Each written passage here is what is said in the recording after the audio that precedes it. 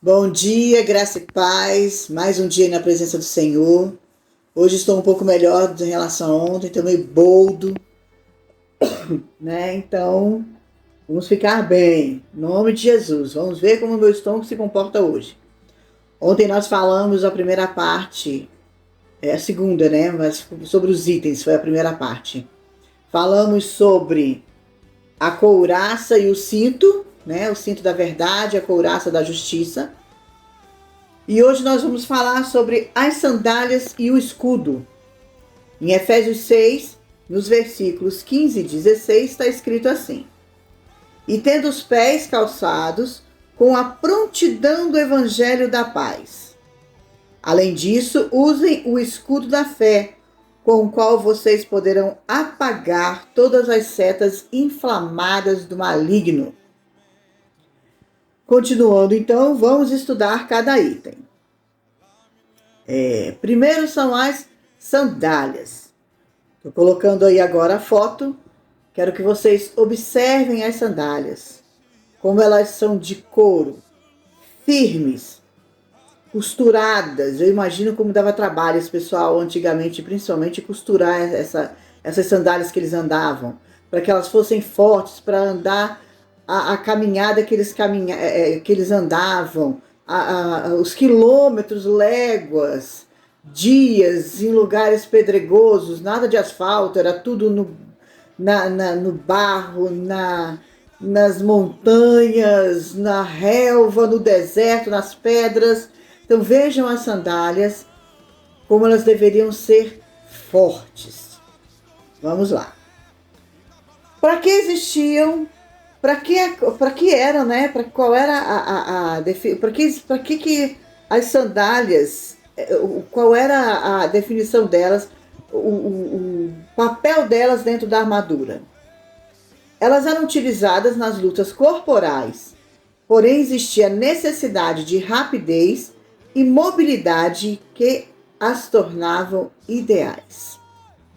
E eu pensei, ou seja, mobilidade, rapidez, era algo que não podia sair do pé também, não podia desenrolar muito rápido, senão ele também caía, e lá se ia a guerra. Então eram sandálias firmes, que davam mobilidade, também não podiam ser pesadas, né? E eu fiquei só imaginando tudo isso. Mas a palavra de Deus diz que as sandálias são sandálias do Evangelho da Paz. Em Romanos 10, 15 está escrito o seguinte na palavra do Senhor: E como pregarão se não forem enviados? Como está escrito, como são belos os pés dos que anunciam as boas novas. E eu me peguei pensando exatamente que paralelo é esse, né? De sandália com o Evangelho da Paz.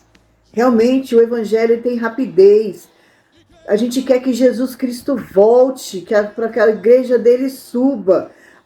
Não só isso, a gente tem que ter aquela rapidez movida pela busca das vidas em salvação. As pessoas precisam ser salvas. As pessoas precisam entender que Jesus é o que salva, é o que vai trazer paz ao coração delas. Tantas pessoas têm morrido. Outro dia eu vi um post sobre depressão, livramento de Deus de várias pessoas e outras tantas no comentário dizendo que queriam estar ali, que queriam morrer, que é assim que se sente. Essas pessoas precisam de Deus, elas precisam que Deus mostre a elas a paz. Como é bom estar nos braços do Senhor. O Evangelho precisa de mobilidade, de paz. Ou seja, precisa daquele tato de saber em que momento você precisa falar de Deus para aquela pessoa, para você também não ser inconveniente, porque muitas vezes a gente tem pessoas que elas pregam de uma forma que elas fazem você ficar com raiva da palavra de Deus e de Deus. Eu já passei por isso. Então a gente tem que ter a sabedoria, a mobilidade, a rapidez de saber em que momento você precisa estar ali para amparar aquele que precisa de Deus. E nós temos esse privilégio, as sandálias servem para isso. Devemos então calçar todos os dias essas sandálias, para que possamos saber em que momento nós vamos precisar de mobilidade no reino espiritual em relação a uma pessoa. Muitas vezes vai ser a gente falando mesmo, muitas vezes o falar nosso vai ser orando, intercedendo pela vida daquela pessoa. A gente não sabe o que ela passa, vai ser intercedendo pela vida daquela pessoa. Então, esse é as nossas sandálias. É o evangelho que Jesus Cristo deixou para nós, né? O legado que ele deixou para nós. Agora vamos para o escudo. O escudo tá aí, vou colocar logo a foto do escudo, né? Eles eram muito fortes, né? Muitos feitos de metal, madeira. Eles deviam ser grossos porque eles tinham que amparar lanças jogadas por soldados fortes. Naquela época existiam gigantes, então uma força muito grande. E eu fico imaginando como devia ser essa questão, né?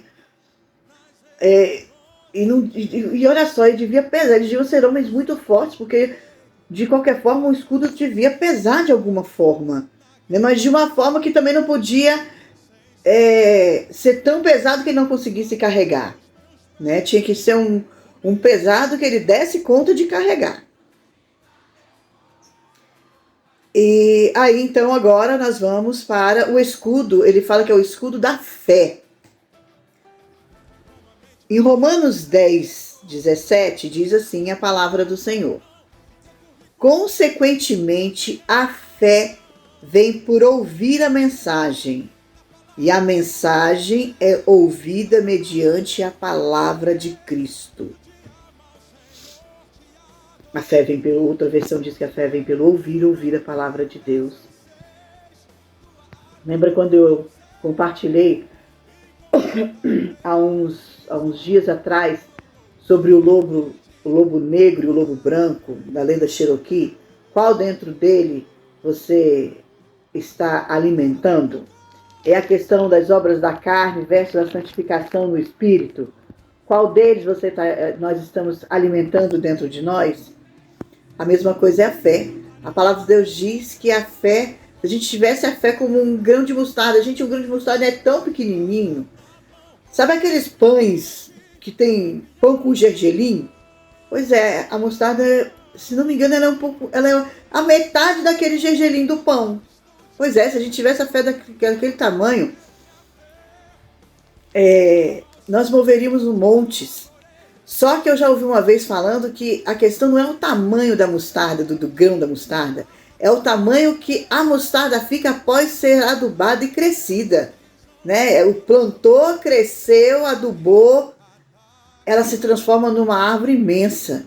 Então assim, a nossa fé é pequenininha, menor do que a metade do grão de gergelim, mas é que ela cresça dentro de nós em forma de uma árvore frondosa, uma árvore que dê frutos de fé. E ele fala exatamente o que no versículo 16. No escudo da fé com o qual vocês poderão apagar todas as setas inflamadas do maligno. Eu nunca tinha me apercebido, eu já tinha lido esse texto muitas vezes, mas está falando de todas. Todas, sem exceção, não tem nenhuma que nós não possamos apagar com o escudo da fé.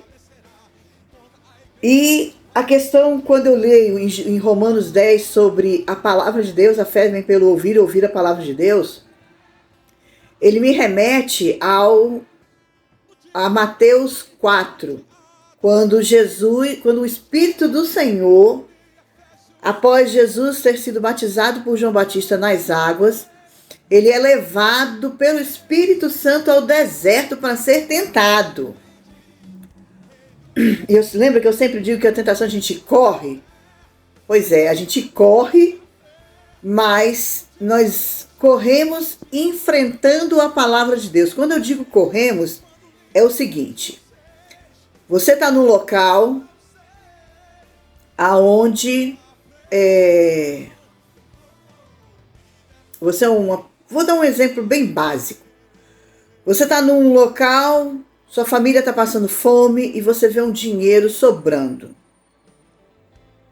Primeira coisa, de repente, que você vai pensar, Se você não tiver no Espírito, não, se você não tiver no Espírito Santo, alimentando o Espírito Santo, que a primeira coisa que você vai pensar vai ser: eu preciso pegar esse dinheiro para alimentar a minha família. Você está lá com filhos de 1, 2 anos passando fome e chorando. Mas se você tem o Espírito Santo, você sabe que Deus, você tem aquela fé de saber que Deus vai te dar a provisão, vai te dar o livramento. E o que você vai fazer? Você vai correr dali, mas vai correr com o escudo da fé, falando exatamente a palavra de Deus. Vamos dizer que eu estivesse nessa situação. Eu falaria: está repreendido em nome de Jesus esse pensamento. Eu não vou pegar, porque a palavra de Deus diz que Deus nos ordena a não roubarás. Então eu não roubarei, porque estarei fazendo algo que está em contra de Deus. Está repreendido em nome de Jesus. E saio dali. Não dá para você ficar flertando com o pecado. A mesma coisa foi o que Jesus fez no deserto. Satanás jogou várias coisas. Ele estava 40 dias em jejum. Uma das coisas que Satanás lançou para ele foi pães, comida. Ó, você pode comer. Mas como é que Jesus rebateu Satanás? Na palavra do Senhor. Nem só de pão vive o homem, mas de toda a palavra que procede do trono de Deus. Amém? É assim que nós vamos lutar com o escudo da fé. Na hora que o pensamento vir na nossa mente, nós vamos rebater com a palavra do Senhor. E é por isso que nós precisamos conhecer a palavra do Senhor. Meditar dia e noite, porque se você não conhece, com o que você vai rebater? Entenderam? Conheçam a palavra e poderão rebater todos os dados inflamados do maligno, dia e noite, pelo sangue de Jesus, pelo capacete, o capacete a gente ainda não viu, pelas sandálias do Evangelho da Paz, pela couraça da justiça, pelo cinto da verdade, que nós possamos nos revestir. Em nome de Jesus, vamos orar? Deus maravilhoso, muito obrigado, porque o Senhor nos deu tarefas a cumprir, mas nos deu todo o livramento. Hoje nós podemos já calçar as sandálias do Evangelho, onde podemos falar da Tua palavra com sabedoria para aqueles que precisam.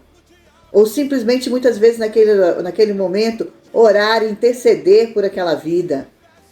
Obrigado porque nós temos